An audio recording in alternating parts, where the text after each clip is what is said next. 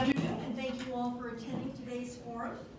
My name is Vicki Martin, and I'm the organizer of the forums for this year for the League of Women Voters. We're the league from the Palatine area, which includes Barrington, Inverness, Hoffman Estates, Rolling Meadows, and Schaumburg. Founded in 1920 out of the suffragette movement, giving women the right to vote, the League of Women Voters is a nonpartisan political organization that neither supports, opposes, or recommends candidates for office. The League's purpose is to promote responsibility through the informed and active participation of all citizens, so you should all congratulate yourself for being here. Providing this forum allows citizens to become better informed about the issues facing the community and the candidates running for office, and we are pleased to offer this service to you. Now, in addition to running forums and voter registration, which FYI, if there's anyone here who needs to register to vote, we have a registrar at the back of the room with a laptop who's all ready to go, so please take advantage of that today. I also want to announce a couple other events that are coming up that are hosted by the League. We are hosting a program on April 18th at the Barrington Public Library about carbon pricing. There's growing support for carbon pricing as a necessary step to address climate change, supported by 88 countries and a broad array of public interest groups. Yet many Americans know very little about carbon pricing. So if you're interested, there are flyers on the back table. We also have a forum coming up on March 16th for the Barrington area trustees and the Barrington Hill trustees. And we have a program this coming Thursday night in Long Grove for the Long Grove trustees. So if those apply to any of you, again, feel free to pick up a flyer on the back table. As you can see from your program, we'll be holding two forums this morning. The first forum will be candidates running for the board of Township High School 211.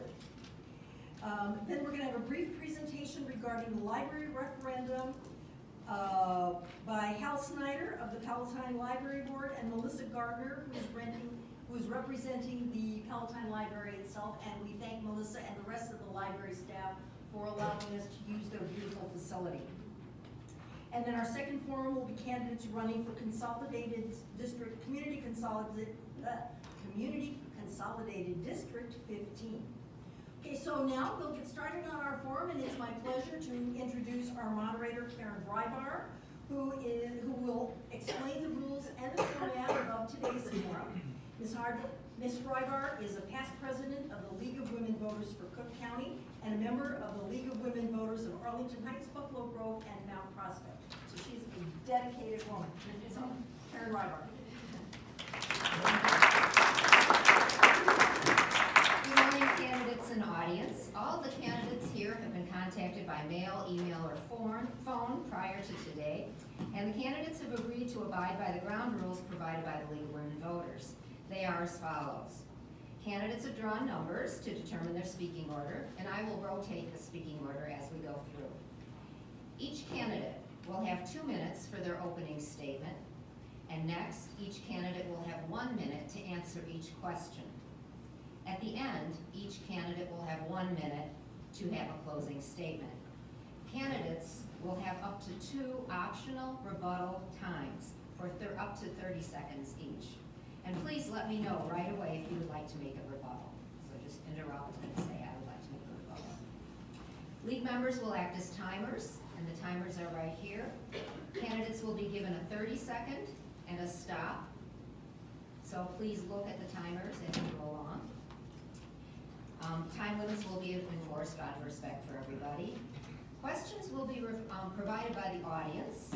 Each question will be answered by all candidates. So please, audience, make questions that can be answered by all candidates. League members have index cards. League members, do you have index cards? Show them.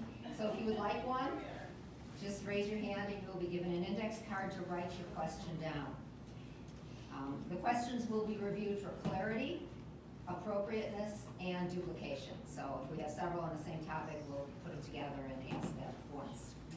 Candidates have been asked not to interrupt one another, and I will repeat a question if asked, so don't hesitate to ask. I know it gets kind of nerve-wracking. Please remember to speak into the mic. Audience, please turn off all electronic devices.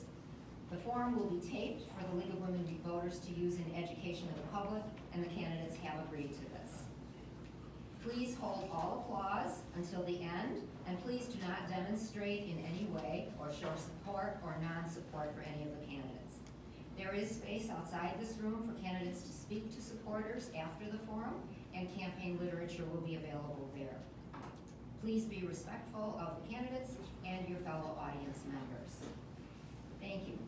Starting with the District 211 race, we have 6 candidates on the ballot for 4 open seats.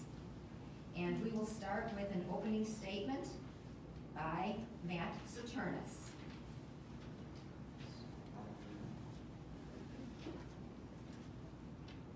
Hello?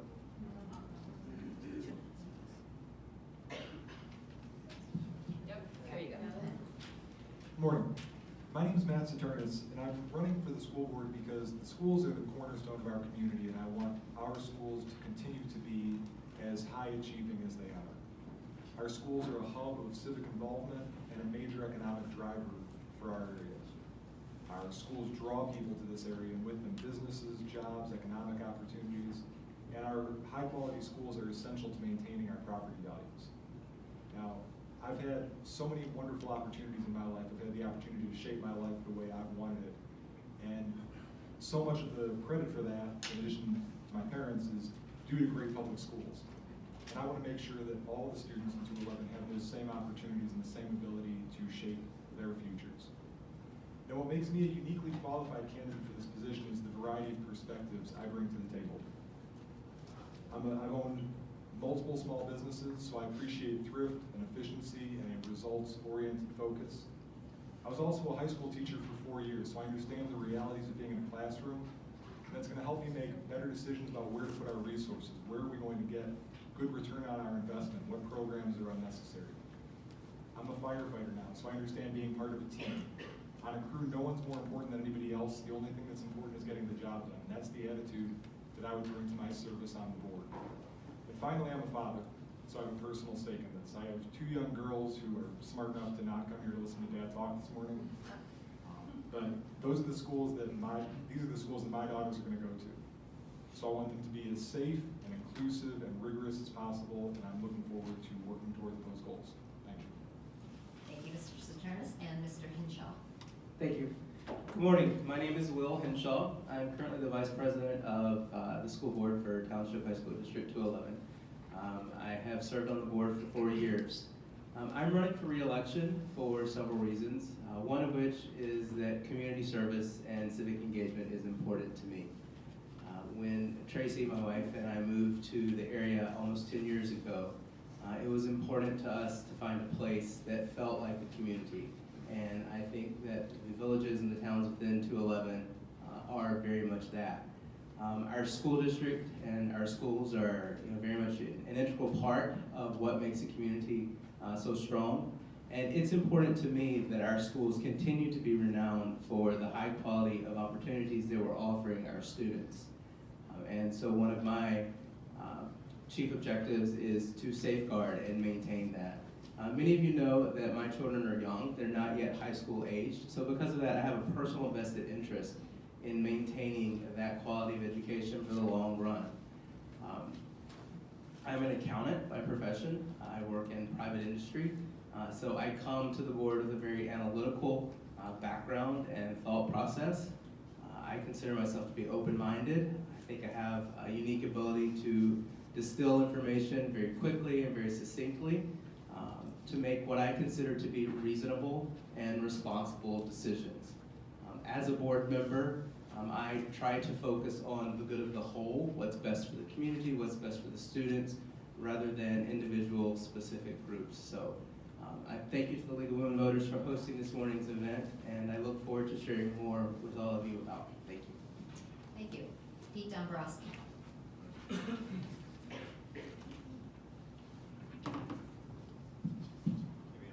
Good morning, my name is Pete Dombroski. I moved into 211 in 2001. We bought our house there with my wife. We have 3 children. My oldest child is a freshman at Conant High School. My daughter is a 7th grader at Frost Junior High, and my youngest son, Henry, he's at Collins. We moved here to be close to my wife's parents. I'm a structural engineer. I work on buildings and bridges for my career. I've been on the board for 4 years.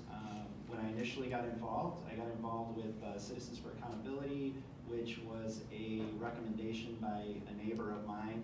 It wasn't really my intention to run, but after discussing some of the issues and some of the strengths that I could bring, we pulled together a campaign at the last minute, and I was elected to be a representative for the community.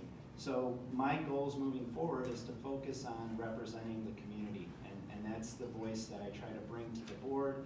I'm more than happy to challenge the administration on some of their recommendations and kind of do the due diligence and the homework, digging into the data, the facts, the numbers, and seeing if there are things that we can do to strengthen the community voice at the board table. And that's about it. Thank you. Mr. Rosenblum. Good morning, everyone. I have a prepared opening remark, so I'm going to go with that. Thank you to the League of Women Voters for inviting me today, and all of you for coming this morning. Growing up in Northeast Ohio, the son, grandson, and nephew of teachers and educators, I've learned the importance and love of education and helping others. My family of educators has expanded to include my wife, Ellen, who's here this morning, who's an educator for over 30 years and now a paraprofessional in District 54.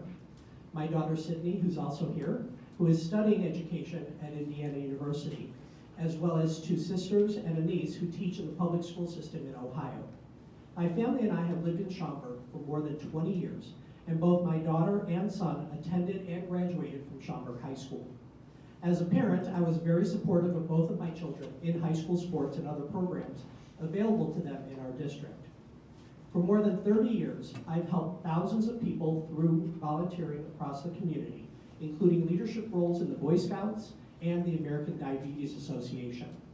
I've also helped thousands of people with their job search through several churches in the northwest and western suburbs. I earned my bachelor's degree in human resources from The Ohio State University and an MBA from Keller Graduate School. Since being selected unanimously by the existing school board to join the board a year and a half ago, I've been very involved in the school boarding of our district, interacting with and listening to constituents across our area, and serving as a leader in our community and schools. This has given me great experience and insight into how to successfully serve on our board, representing and supporting our students, staff, administrators, and community. I have had several accomplishments in the past 18 months, and I'm hoping to earn your vote to retain my seat on the Board of Education for a full term as a result of the upcoming election. Thank you. Thank you. Mr. Kramer.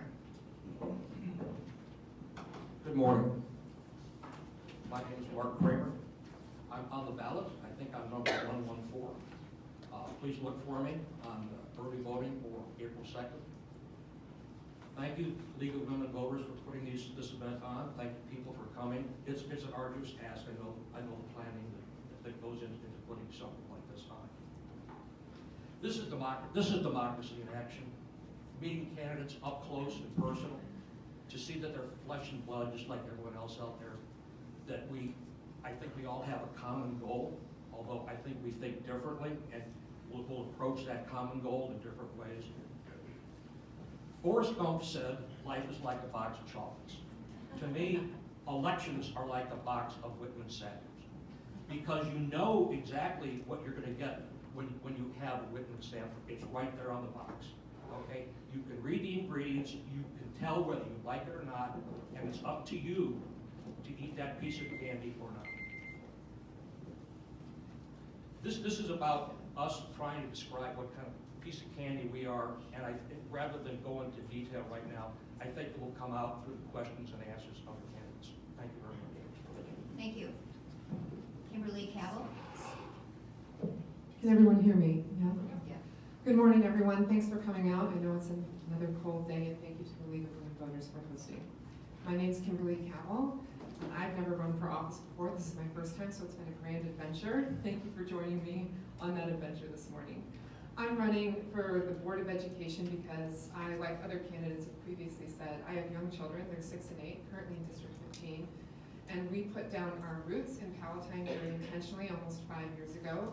And we have a vested long-term interest in maintaining the health and the high achievement of our schools. I myself started my career as a high school English teacher, and I've worked then in disability studies. I've gotten several qualifications in disability studies when I was living and working in Australia. And I also have graduate certifications in health and fitness education from the YMCA Victoria. I currently teach comprehensive sex education to middle school and high school students, and my entire career has been dedicated to youth service. So that's why I'm running for the board, really. At the end of the day, our schools, though they serve our community by serving our youth, and that is experience I bring to the board, particularly in identifying and then narrowing achievement gaps and service gaps. So, yes, that's why I'm running for the board of education, and I'm gonna ask for your vote on, by April 2nd. Thank you. Thank you. That's the opening statements. Now we will begin with questions, and Mr. Henshaw will begin with you. Okay. And there were several questions regarding taxes, so I'll kind of combine that, and here is the question. With regard to school district taxes, which some say are too high, what would you do to alleviate the taxpayer burden? And some people mentioned tax levy. Sure. Thank you. Our tax bills are high. I agree with that statement. But I also find value in the return for the dollar on our tax bill. With that said, I think it's important that as board members we're efficient and responsible with your resources. I think that it's important to find efficiencies and areas of opportunity to decrease spending in arenas that don't necessarily directly impact student opportunities. As a board member, I think it's extremely important that we're focused on the opportunities for students. Many of you may know that our district is recently debt-free. I think that's very important, and by maintaining that debt-free status, I think that is an opportunity to help control the taxes and the spending as well. Thank you. Mr. Dombroski. Thank you. Our taxes are entirely too high. We have surpluses. Even if we reduce the spending, we have an administration that has stated that they will not recommend a lower levy than what they're entitled to by law. I've been challenging that for the last 4 years. The biggest challenge is that the board has to have the strength and courage to set a lower limit for the administration to live with. And currently, we just don't have that fortitude on the board. There aren't 4 members that are willing to say, we're going to set a tax levy less than what the administration recommends. The administration recommends that we take this to the cap, and every year it's voted that we take it to the cap. And then any excess dollars just get rolled into the fund balance. And so we've been using that money to do one-time capital improvements, but eventually our capital infrastructure will catch up and the revenues will still be coming in. So we need strength on the board to direct the administration to live within a lower set of needs. Thank you. Mr. Rosenblum. Thank you. I also agree that our taxes are very high. But as Will had pointed out, we get what we pay for. And we have excellent schools, excellent programs. Now, as far as trying to reduce the taxes that we are paying, we have received some tax relief from the state. It's not as much as we had asked for, but we did receive it, and as a result, it is going to positively impact the tax burden for this year for our tax constituents, so everyone, including myself. So I'm looking forward to having that. As far as our tax levy and the increases, a couple of things. One is that we recently asked the administration to go back and look at where they can cut taxes, cut expenses, so that we're able to be more effective and efficient with our tax dollars. And there has been some movement on that. We're looking for more. So my time is up. Thank you very much. Thank you. Mr. Kramer. I agree with Mr. Dombroski. Taxes are too high. We've had reserves as high as 80%. They're coming down now because of some of the actions that the board has taken in the administration. They're still around 40%. That's a lot of money. A flat property tax levy is what I'm running on. We need to draw down the reserves. We need to control spending. Not only do I agree with Mr. Dombroski, so does the state of Illinois. We are getting a property tax rebate or refund because the state of Illinois has a program to look at whether or not property taxes are out of line. That's $2 million that we're getting from the state that this district did not need to levy. Sure.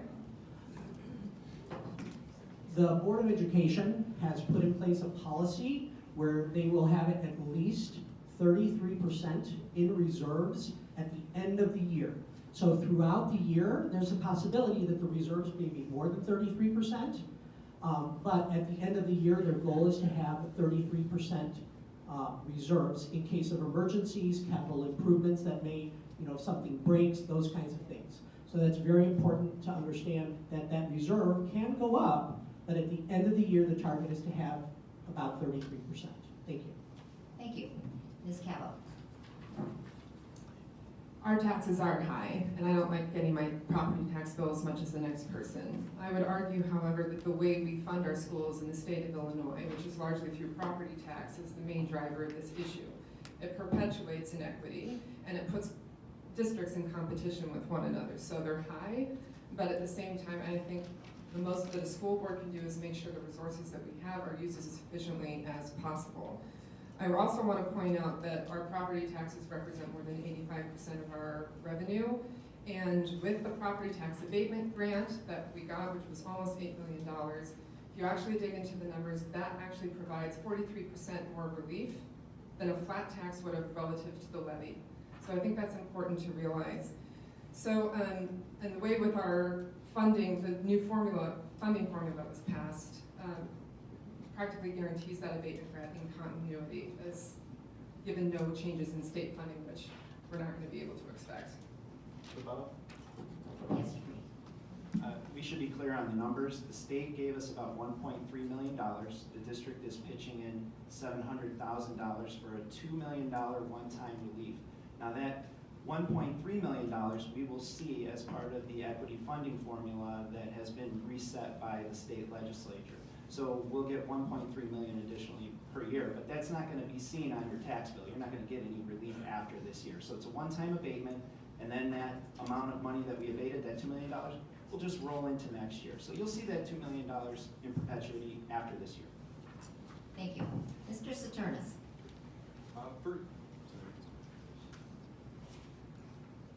First, again, I'd like to echo that I think we do get great value from 214. I'm sorry, I was comparing 214.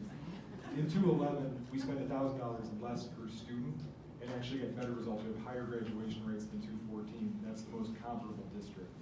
So I applaud the board for retiring the debt and getting a lot of value from their expenditures.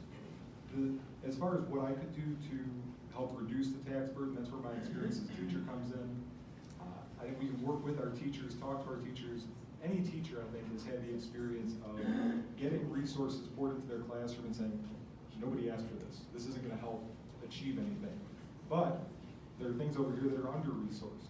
So by cutting things that are not necessary, putting in resources where we're going to get better return on investment, that can help relieve some of the tax burden.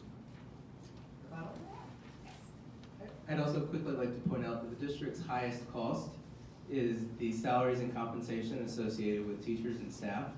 And I'm sure many of you are aware of the recent contract negotiations, and the result of that negotiation was that salaries are tied to the consumer price index. So when you have 80% of your costs tied to an inflationary index, it's difficult to not consider some level of property tax increase. And so I think the important factor is to maintain that as best as possible and to level the impact to the community. Thank you. The next question will begin with Mr. Dombroski, and the topic is school safety. So I've kind of combined several questions. With regard to school, what are your ideas for enhancing the safety of students, particularly relative to an active shooter? There are way more competent experts out there with regard to school safety, but what we do is we continually improve. we work with all of the police departments in the local communities. We have response drills. The state requires these drills once a year. We have them twice a year. We do evaluation on responses. We do active drills where we currently tap a student at random, unannounced, so that the student body and administration are caught unawares, unprepared, and then we evaluate that response as well. We've changed tones in the school for the drills so that they know how to respond and it's not apparent to somebody who may be coming in from outside the school. And so there are additional state level laws that are being proposed and potentially implemented by, I believe Fred Crespo is a sponsor, where they would require that these drills have a specific individual responsible for determining the execution of them. Thank you. Mr. Rosenblum. First of all, our schools are very safe. We have a lot of things that go on behind the scenes that the public isn't aware of, nor do we want them to be aware of, for safety of our students and staff and visitors. I personally would like to see a committee developed with representatives from the school board, district administrators, school mental health professionals, our school resource officers and teachers to evaluate potential threats to our students, staff, and visitors, and make additional recommendations that we can implement within our district. We have wonderful school resource officers that are police officers that go beyond just making sure that we have safe schools, but also educating and watching our students for potential threats and addressing any behavioral issues and bring those to the attention of our school staff and address them on an individual basis. And I think that's extremely important that we continue to do that, as well as monitoring and maintaining the external entryways to our facilities. Thank you. Thank you. Mr. Kramer. I'm pretty comfortable and confident in what District 211 has and what they're doing. Teachers don't teach in a vacuum. They know these kids, and they know when something's not right, something needs to have attention brought to it. We have school psychologists to help deal with the problem and help de-escalate it. When there's an active shooter, you have to understand somebody is going to die. Okay? That is a terrible thing, but that is a reality. That said, I am not for teachers having guns.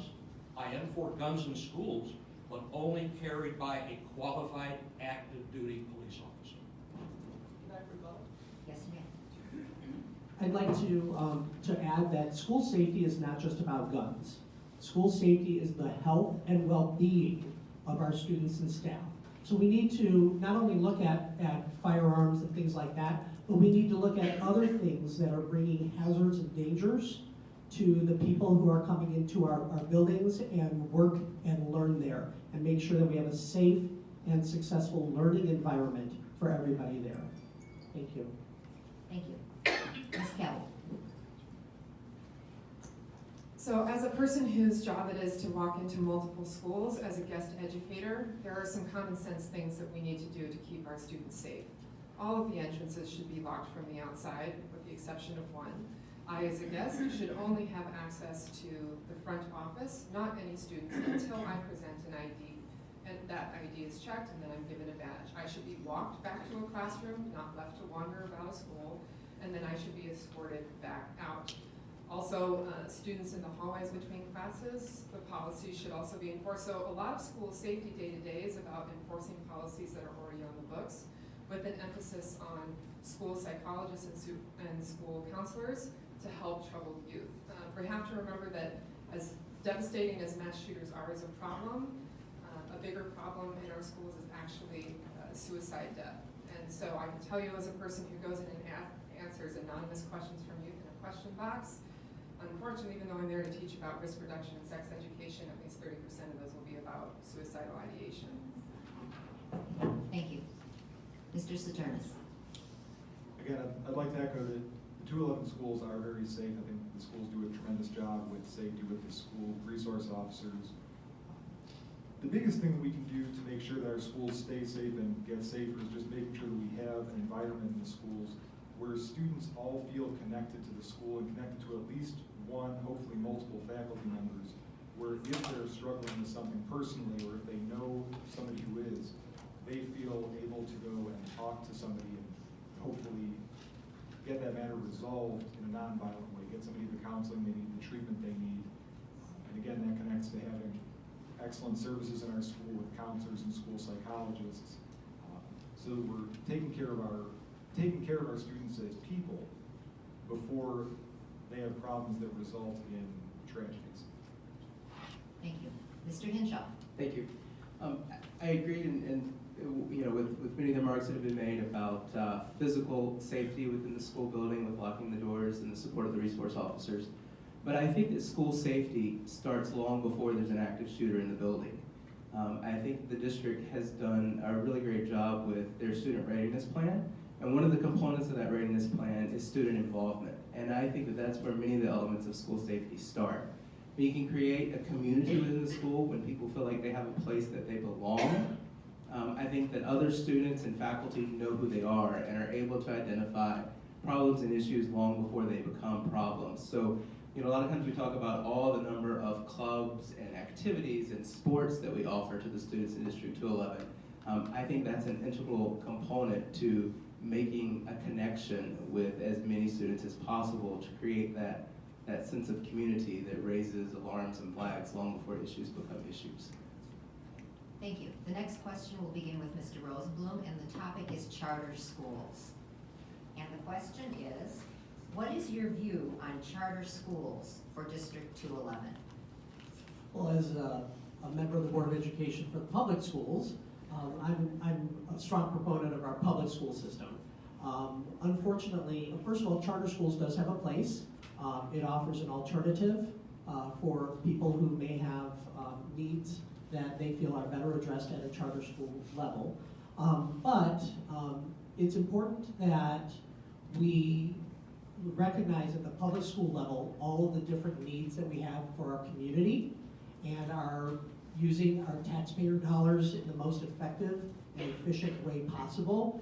And honestly, I think if we're able to do that at the public school level, there really isn't a need for charter schools. If we're meeting the needs of the community and meeting the needs of our students, then charter schools really don't have a need or a place in our community. That's my take on charter schools. Thank you. Thank you. Mr. Kramer? I agree with Mr. Rosenblum. There is a place for charter schools. It's not here. Okay? We have a great school system.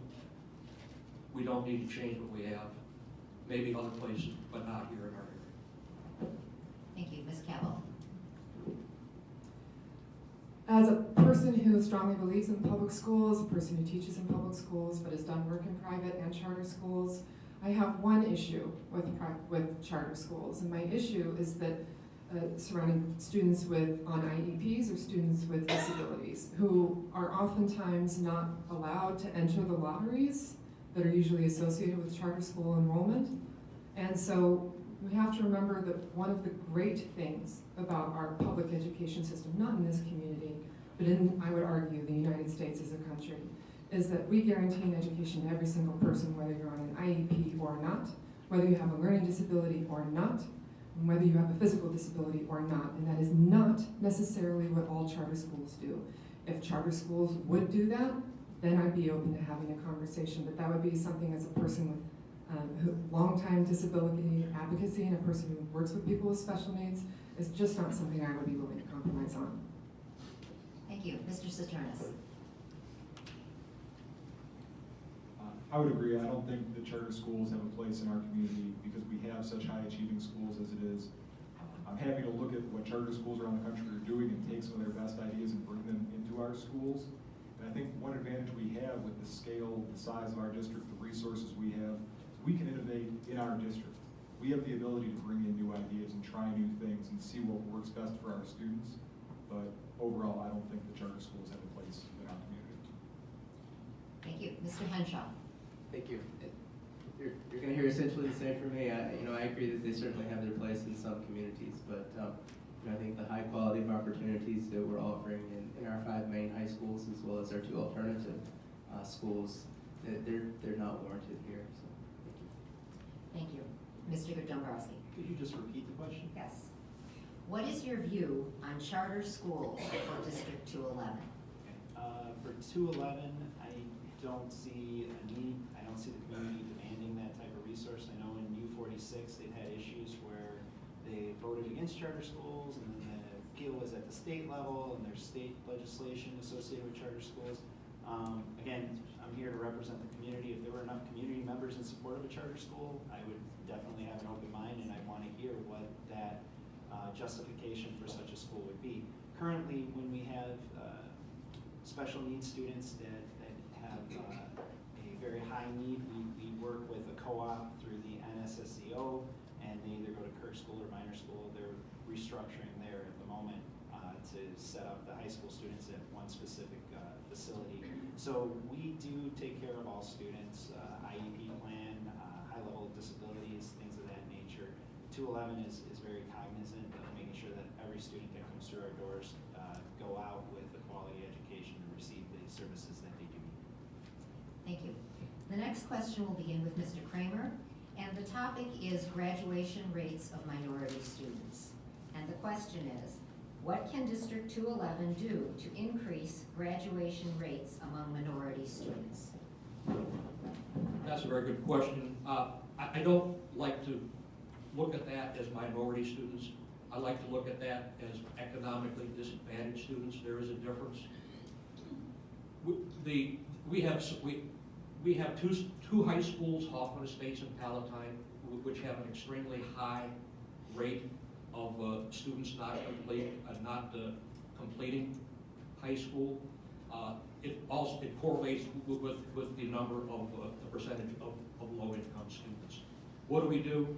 We go back and we work with, and I'm not saying it's not being done now, but emphasize working with District 54 and District 15 to start in the grammar schools, and to have a coordinated program, a seamless program to start there, because when it gets to high school, there's remediation, but it's very less effective. Thank you. Ms. Cavill?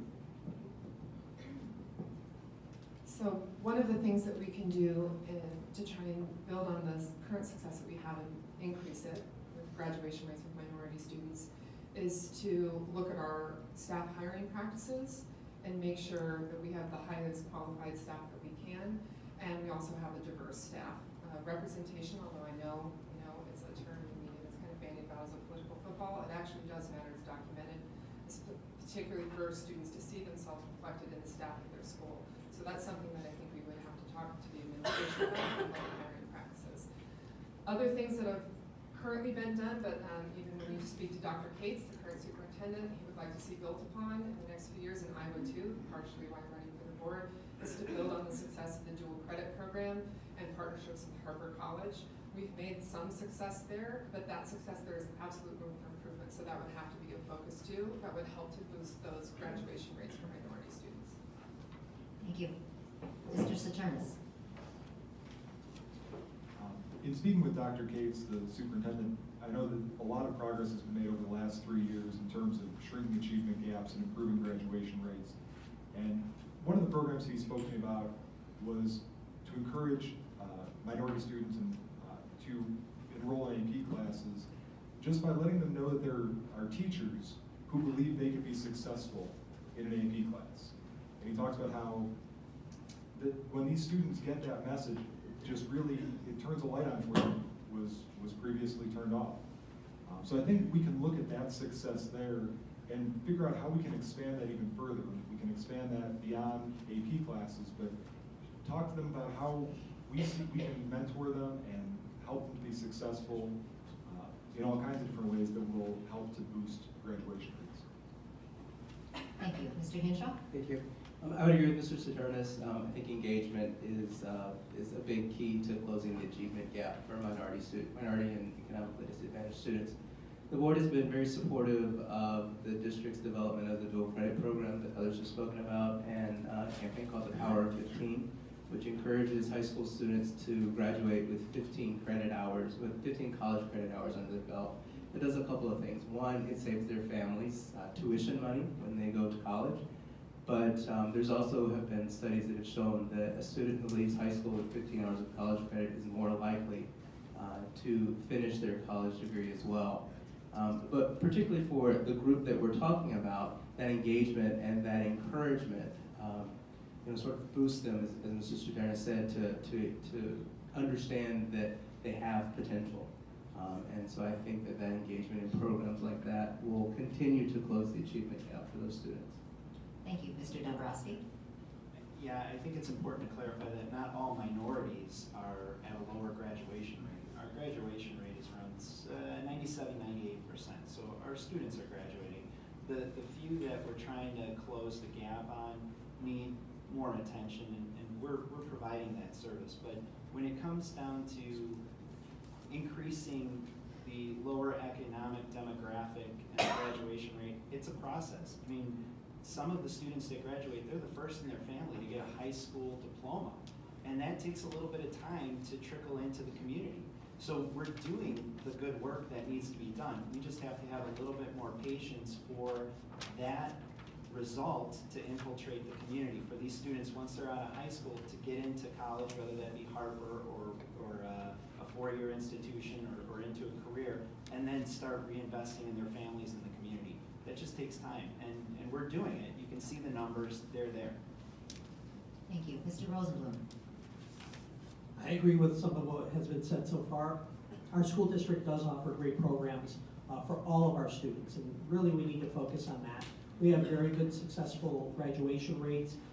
As Will has pointed out, some of our programs with regards to the dual credit, it is been statistically shown that students who graduate with at least 50 credit hours have twice the likelihood of completing a college degree in 4 years. I'd like to see some additional programs and partnerships with businesses in the community to enable our students to see what they can do after they graduate, to give them some hope and some paths. I think that we can take advantage of these with little or no cost to the community, such as local business mentorships, internships, and in-house visits. Businesses are looking for people with certain skill sets, and to encourage all of our students, whether they be minority or otherwise, to look at those things beyond high school, I think are very valuable and will definitely give them some encouragement. Thank you. Thank you. Ms. Cavill, you'll begin with the next question, and the topic is feeder schools. And the question is, how should District 211 collaborate with feeder school district boards to improve education? This actually came up, I'm a teacher, I'm used to just talking. This came up in the Daily Herald Roundtable endorsement interview.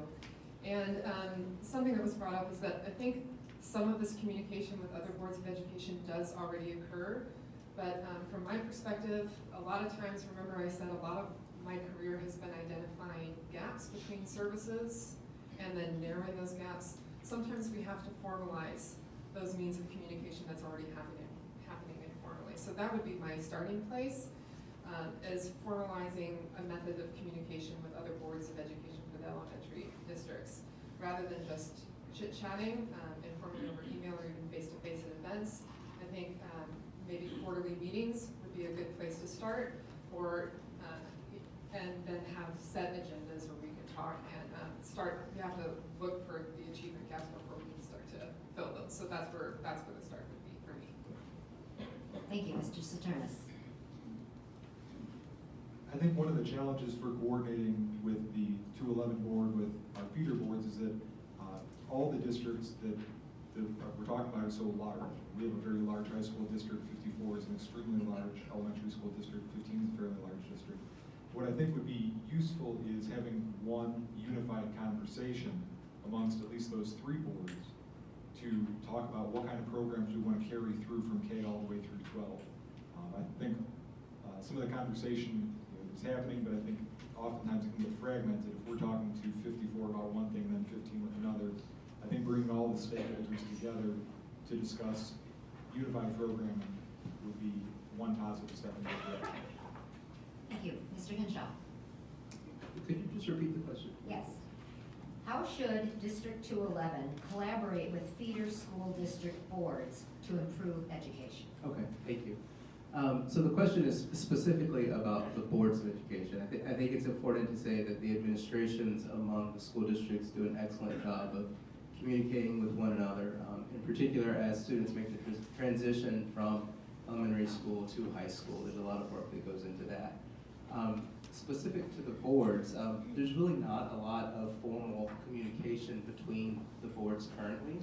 I think it's an interesting idea, and it's certainly something that I would be open to discussing. Obviously, some of the laws surrounding the Open Meetings Act and so forth would come into play, and it'd have to be in a public forum and that sort of thing. But I think that there could be some benefit to to creating and developing some continuity among the boards. Thank you, Mr. Dombroski. This is a good question, because right now, 211 has a good revenue stream. We're able to invest in our capital programs. We have a giant reserve. District 15, not so much. They're struggling to get their buildings improved. They're struggling with their life safety program. Same taxpayer, just different administrations with different priorities. And the boards basically respond to the administration, and they respond to the taxpayer, and they're kind of the strategic go-between. That being said, each district has different priorities as well. Some districts, let's say 15 and 54, they're using Chromebooks. We're using iPads. We have different goals and different tools, and sometimes that doesn't necessarily align. We can communicate more to align those goals. That's an opportunity. I personally have been at the District 15 board meetings. I've spoke to the board directly when they were in the process of executing a 10-year contract and kind of the precedent that set. And I gave my opinion as an individual, not necessarily as a board. But a statement from a board may have been more appropriate. Thank you. Mr. Rosenblum. I disagree with my fellow board member, Peter Dombroski, in that I think that our feeder school districts and our high school district have the same goals. That is success and education in a safe environment for our students. The tools that we use may differ, but our goals and mission are the same. What I would like to see is greater interaction at a collaborative level with the community. I think District 54 and 15 meet with their constituents on a regular basis and have those citizen appearances and things at their board meeting. We do the same in District 211. I think we can collaborate with our community as board members to look at a single idea or feedback from them, whether it be from K through 8 or K through 12, and have a consistent opportunity to look at those things and the input from our constituents. Thank you. Mr. Kramer. I see it as a board member's responsibility to meet with other board members from other districts. We are the community. We are elected to represent the community and to get things done. I would advocate setting up a formal task force of board members, peer to peer.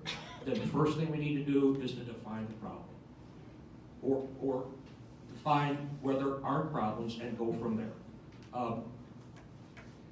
That's where it starts, and I don't think that that's happening right now, and that's what I would do. Thank you.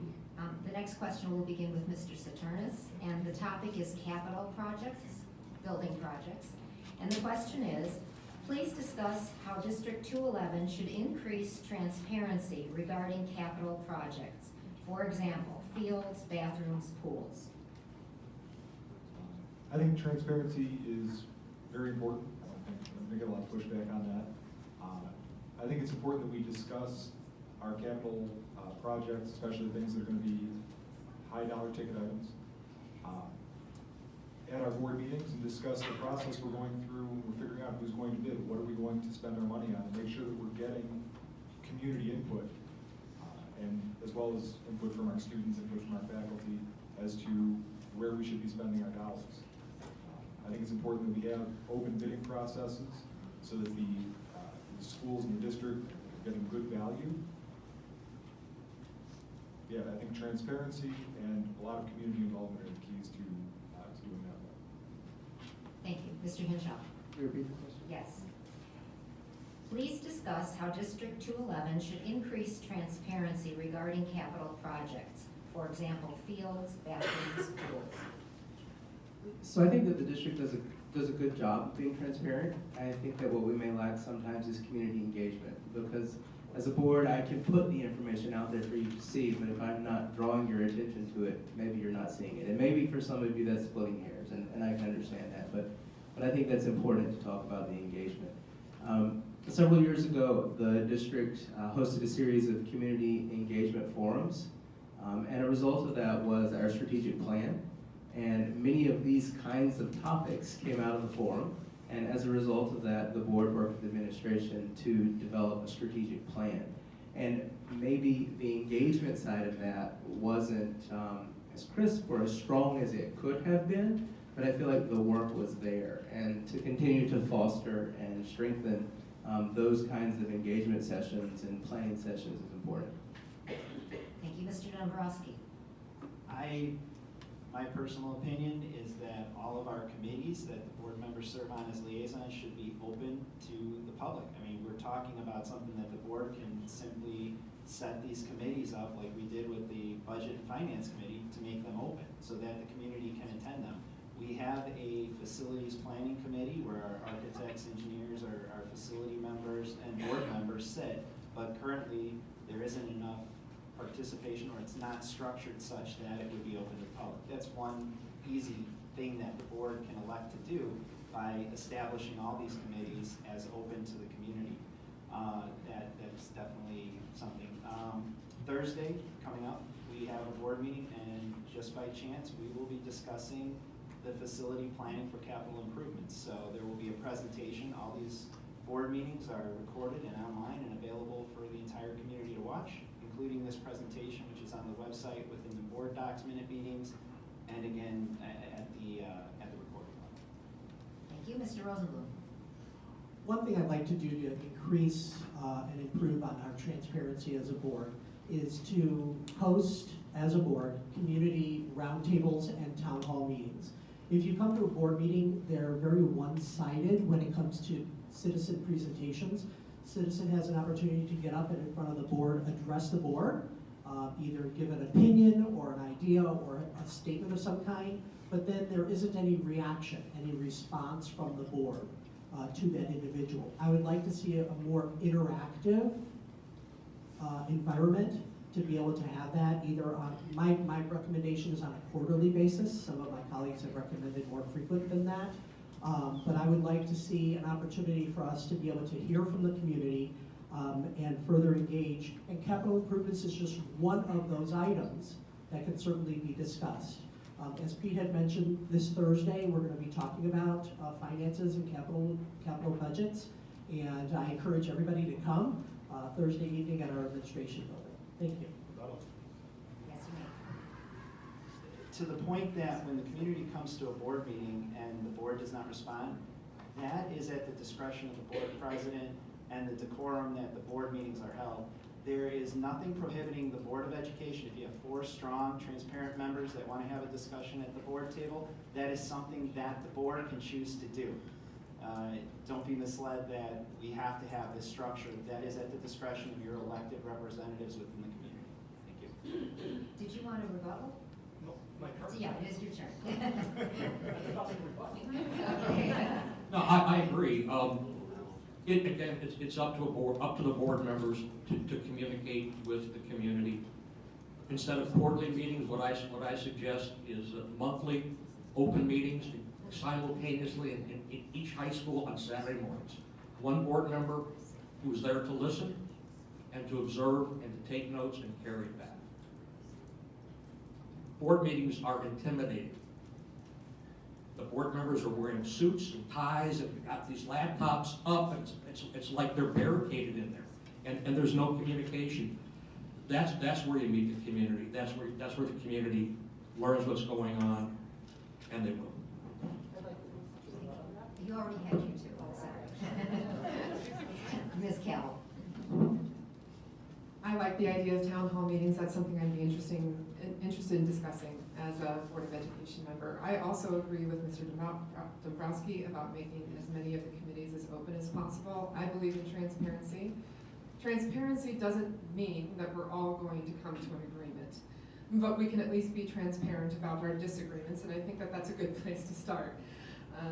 I also think that just a simple solution would be to make a dedicated web page, because there are certain issues like with property taxes, and especially with the way we finance our capital improvements, which is intricately related to our property taxes and kind of the community tension around this conversation.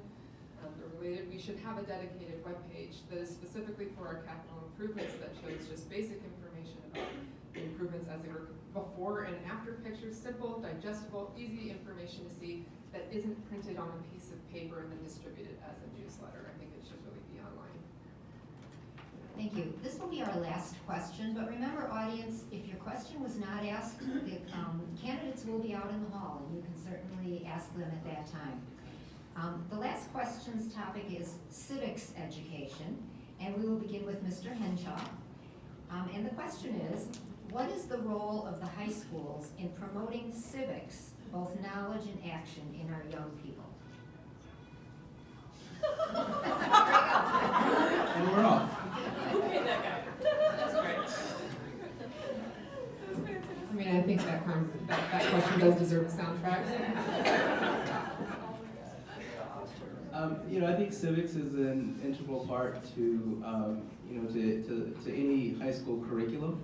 I personally said when I was making my opening remarks that community and civic engagement is important to me. So I think that, a strong basis in civics should be part of any of our, social studies curriculum. It needs to be at a nonpartisan level. I know that teachers and students have their own opinions, and I think that we need to be fostering conversation and learning to get along, because that's part of living in the real world for students, right? We need to be able to learn to express our opinions and understand that our fellow students also have the right to express what their opinion is. So I think that the decorum that goes along with being members of a civil society are important foundations to a civics curriculum as well. Thank you. Mr. Dombroski. I agree, civics are important. We do a good job. When they had the mass shootings in Florida, our students were encouraged, well, not necessarily encouraged, but they weren't discouraged from mobilizing onto the sidewalk and engaging actively, having their voice heard. I sit on a lot of board meetings, and it's a barren room at some of our meetings, so it's difficult even to get our adults to engage in the civics that directly relate to their interaction. So I am hoping that for this election we have a great voter turnout. Additionally, I hope that as we register our students, I know that the League of Women Voters have been at our open houses registering students that are eligible, with the laws being such that 17-year-olds can register to vote before the election and participate. If they're turning 18 prior, participate in primaries. I think those are great things to encourage, and I'd like to see definitely more civics involvement within 211. Thank you. Mr. Rosenblum? Beyond 211, all of you here today are practicing your civic responsibility. So I applaud all of you for that. You obviously learned that somewhere, right? It may have been in high school, it may have been from your parents, it may have just been from your involvement in the community. So thank you for that. Civics is extremely important to our students. We live in the United States of America.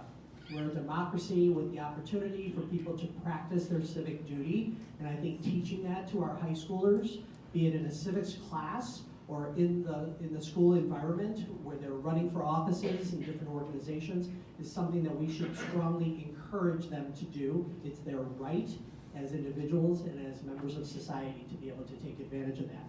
We do allow students to register to vote in our schools, so we encourage them to do so, and we teach them and inform them that they have that ability.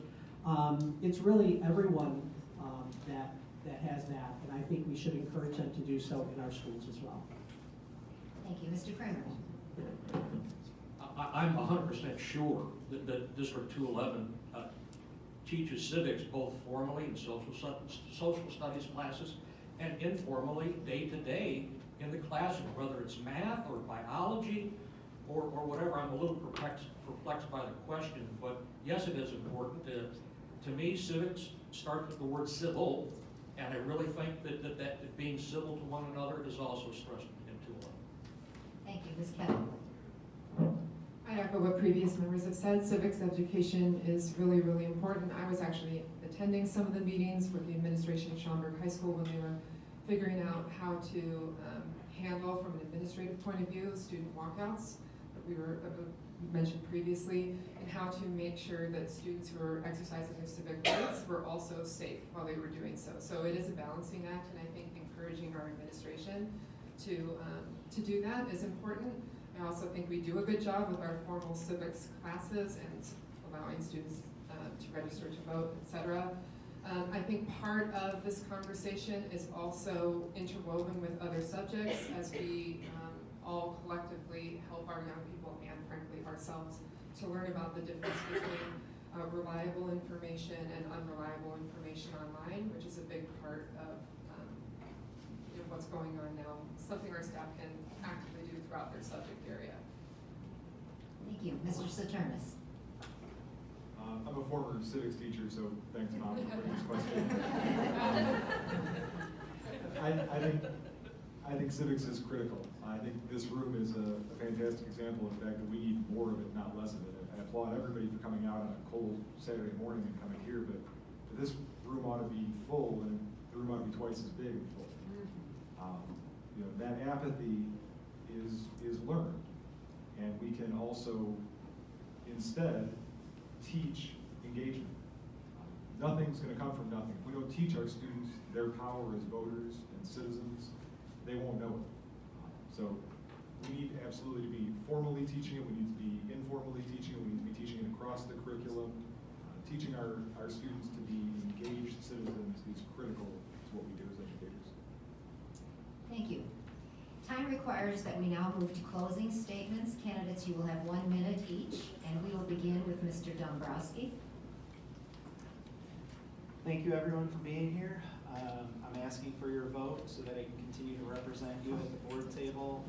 Obviously, based on my comments, you know that I'm not just going to go with the flow. I'm not going to be a rubber stamp. I'm going to do the due diligence. I'll answer your questions. I'll be available, and I'm here for you.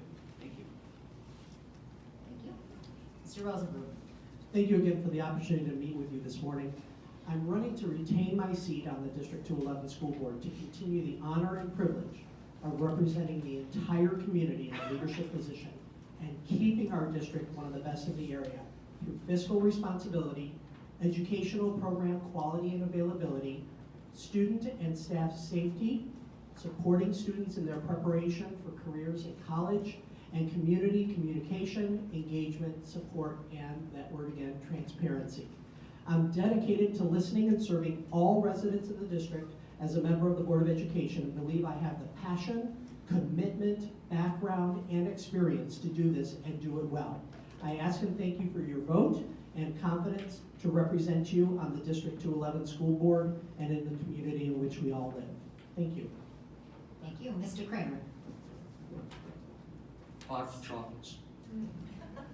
It is in your hands now. This is a 6-piece box of Whitman samples. You get to pick 4. It's in your hands now. Thank you. Ms. Cavill. I'm really proud of my work as a comprehensive sex education teacher, and I'm really proud that my work from the very beginning, my entire career, has been dedicated to the service of young people and families, particularly those who live at the margins.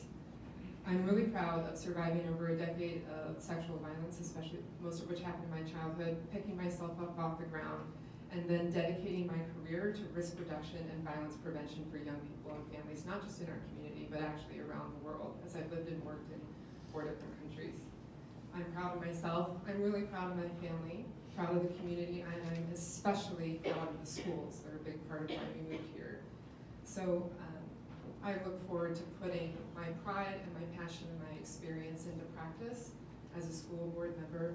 And when you think about what I've done, especially if you Google my name, just imagine what I could do for you and your family as part of the community. That's why I ask for your vote. Thank you. Mr. Saturnus.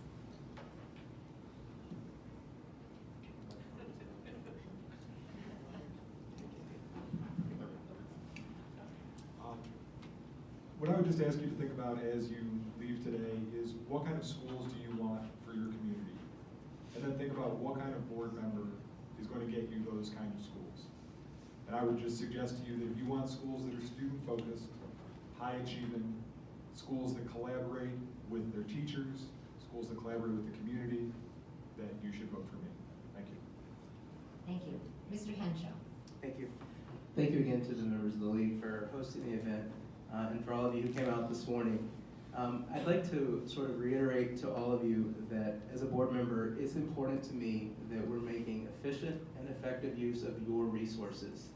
It's important to me that our schools continue to provide the best opportunities possible to all of the students within our district, but that we do it in a responsible and efficient manner.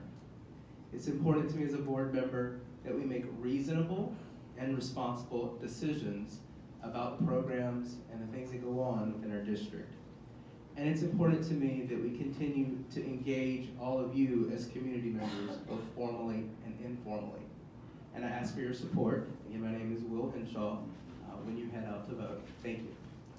Thank you. Let's applaud all the candidates. Thank you very much for coming. And we want to thank our student volunteers as well. Thank you.